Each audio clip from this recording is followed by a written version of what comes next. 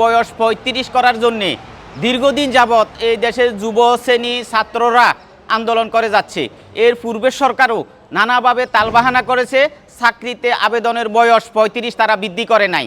এখন এই ছাত্র যুবকদের একটা আশা ছিল যে অন্তর্বর্তী সরকার হয় নির্দলীয় নিরপেক্ষ সরকার, এই অন্তর্বর্তী সরকার ছাত্র যুবকদের সেই চাকরিতে আবেদনের বয়স ৩৫ মেনে নিবে। কিন্তু দুর্ভাগ্য হলো যে এই দলীয় সরকার থেকেও এই অন্তর্বর্তী সরকার আরও এই ছাত্র যুবকদের প্রতি তারা বিমতাসুবল আচরণ করছে। পূর্বের সরকার তাদেরকে নানাভাবে লাঞ্ছিত করতো, নানাভাবে তাদেরকে হয়রানি করতো। আর অন্তর্বর্তী সরকার এখন গত সপ্তাহে আপনারা দেখেছেন যে চাকরিতে আবেদনের ৩৫-এর জন্য যখন যারা রাস্তায় নেমেছিল ছাত্র যুবকরা, তখন তাদের উপরে গরম পানি মেরে তাদেরকে নির্যাতন করা হয়েছে। এটা একটা দুর্ভাগ্যজনক, কারণ বিশ্বের বিভিন্ন দেশে চাকরিতে আবেদনের কোনো নির্দিষ্ট বয়সসীমা থাকে না। হ্যাঁ, আমাদের পার্শ্ববর্তী দেশও ৪৫ বছর, বিশ্বের বিভিন্ন দেশে ৪৫-৫০ বছর পর্যন্ত চাকরিতে আবেদন বয়স করা যায়। কিন্তু বাংলাদেশের চাকরিতে আবেদনের বয়স হলো ৩০ বছর।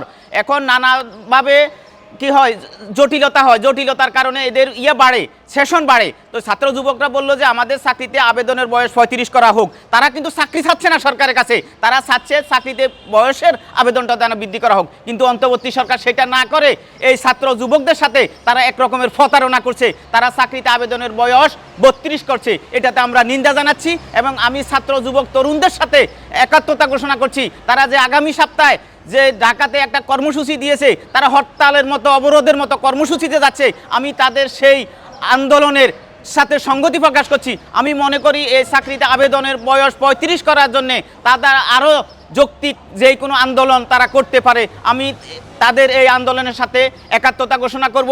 এই দেশের আপামর ছাত্র যুবক তরুণদেরও এই ৩৫ আন্দোলনের সাথে সম্পৃক্ত হওয়ার আহ্বান জানাচ্ছি। আপনারা জানেন মানুষের গড় আয়ু বেড়েছে।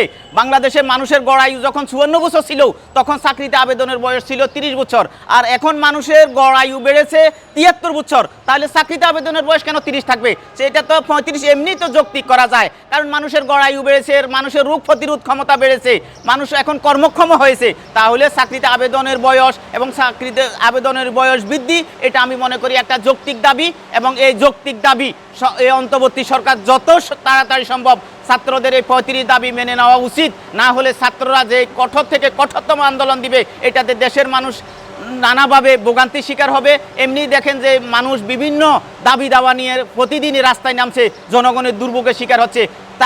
তার সাথে যদি এই ৩৫ আন্দোলনকারীরাও যদি রাস্তায় নামে, তাহলে জনগণের আরও দুর্ভোগ বাড়বে। আমি চাই না যে জনগণের দুর্ভোগ বাড়ুক। আমি চাই এই অন্তর্বর্তী সরকার ছাত্র যুবকদের চাকরিতে আবেদনের বয়স ৩৫, এটা যৌক্তিক দাবি, এই যৌক্তিক দাবি তারা মেনে নেক।